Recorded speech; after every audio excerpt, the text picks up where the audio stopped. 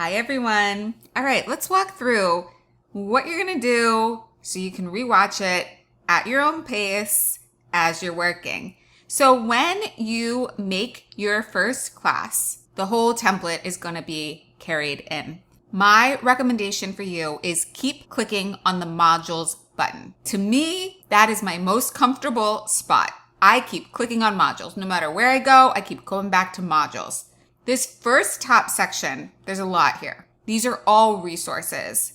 By resources, that means things you can use and things you can reference throughout the year. Most of the time, you'll have this collapsed, so you can focus on just the stuff that you're doing. And once you collapse it once, it will remember that. So it remembers whatever state of collapsing and expanding you last had. So that's really nice. So let's go ahead and expand it just for a moment. So first of all, these tips, those are going to be available to you all the time. So it's just an embedded Google Doc. We'll update, put more tips in as you need things, okay? So that's where you go to find some tips. If you want to get fancy with some icons, banners, etc., click on this page. If you're not there yet, you're not there yet. And then we have a main unit template, resources template, and these are just ideas, okay? So all these, when we say template, those are just ideas so that you can copy and create from it instead of having to start from scratch.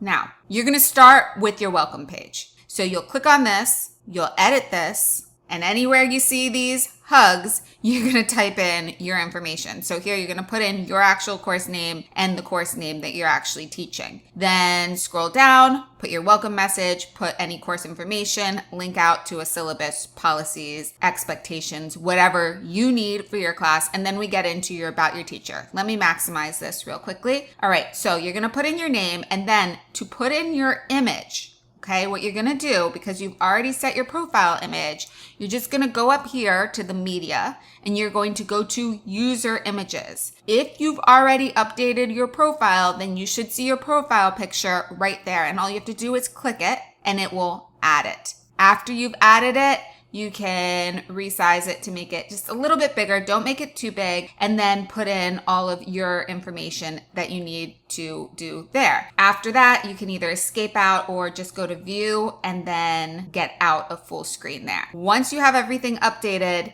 you press save and there you go. That is your first welcome page all done. After that, remember, modules. Go back to modules. So we got the welcome page out of the way. Now we're going to get into Unit 1. So to modify Unit 1, go over here to the three dots and edit. So we can edit the name and you can put in the actual name of your Unit 1. So Unit 1, Demo Unit. And then you would update the module. Next step, we want to create our first unit. So just go ahead and click on it itself. Click on the link there and then go into edit here. And now you would put in Unit 1 in the title of your unit, and you would put in Unit 1, the title of your unit. And then you can get to copying and pasting from Haiku, PowerSchool over into here. So just your first unit, get your information in here. Again, this is some inspiration for headers, some little images that you can use. And please do either make use of the tables as headers or use the line break. So the line break is the easier option. Insert horizontal line. That is the easier option to use. Again,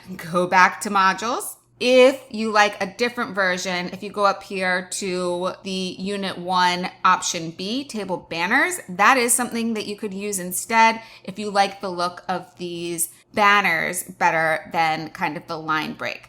It is up to you. Just some visual separators will be very helpful to students. All right, let's go back to modules. Let's collapse this down. And then here's a sample simple assignment. What you're going to do pretty regularly is just copy this from unit to unit. So you might even want to duplicate it before you get started on anything. Duplicate this Unit 1 module so that you kind of have this Unit 1 and the sample Unit 1 so that you can use it for when you get to Unit 2. Or maybe you feel like you want to fill out the Unit 1 to your liking first and then duplicate it. So that's going to be the name of the game, is really duplicating. You have a page that you really like, you can go over here, duplicate the page and then work from that page that you like. You have an assignment that you create and you just like the structure of that, go over to the 3 dots and duplicate it. That is how I've been building everything. I really have not clicked on like the plus sign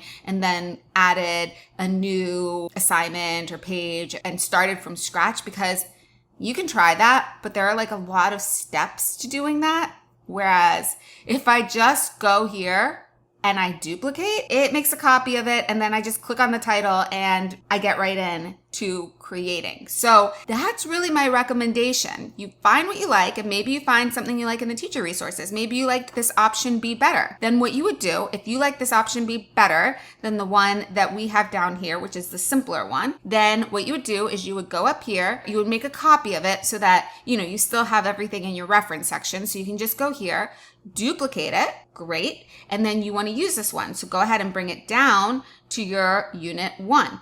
Maybe you don't want to use this one. You can leave it unpublished and leave it there. You could drag it up to the resources section to just leave it there. You could delete it entirely. So you can just go ahead and remove it if you don't like it. After you made this copy, you just click on the title like this, and that's it. Now we're in, and now we can edit it. The last thing I'm going to say in this video is when you are making things like banners and headers and stuff like that, we want the width to be pretty much the entire page. But the best way to do this, if you click on the table and you click on table properties, is to make the width a percentage instead of pixels. So make it somewhere between 98 to 100% width. And the reason that the percent width is so important is because, especially because Canvas is mobile friendly, yay. As you resize, you see how my table, like it resizes with me. And the reason that it does that is because I've set it at 100% width or 98% width in my case. If I had it a certain number of pixels, and it would go off screen and I would have to do horizontal scrolling, which is really annoying and really, really annoying on mobile. So whenever possible, when you're choosing the size of an image or a table, choose, like I was showing there, and the same thing holds with images, choose the width is a certain percentage. You'll see here I have my demo class banner. I did that same thing with the demo class. I clicked on the demo class image options, and instead of pixels, I changed it to percentage, make it 100%, done, and then I will be good to go. I'll cancel out of that and go back. And remember, we're always going to get to this point where now I'm in the pages realm, and really just go back to modules. Keep clicking on modules as you get used to things. I found that at least much easier for me. So hopefully this all made sense. We've loaded you up with some ideas here so that hopefully you can do a lot of duplication and then customization. So the name of the game is kind of like starting with an idea and remixing it to make it your own and have some fun with it. All right, that's it. Bye.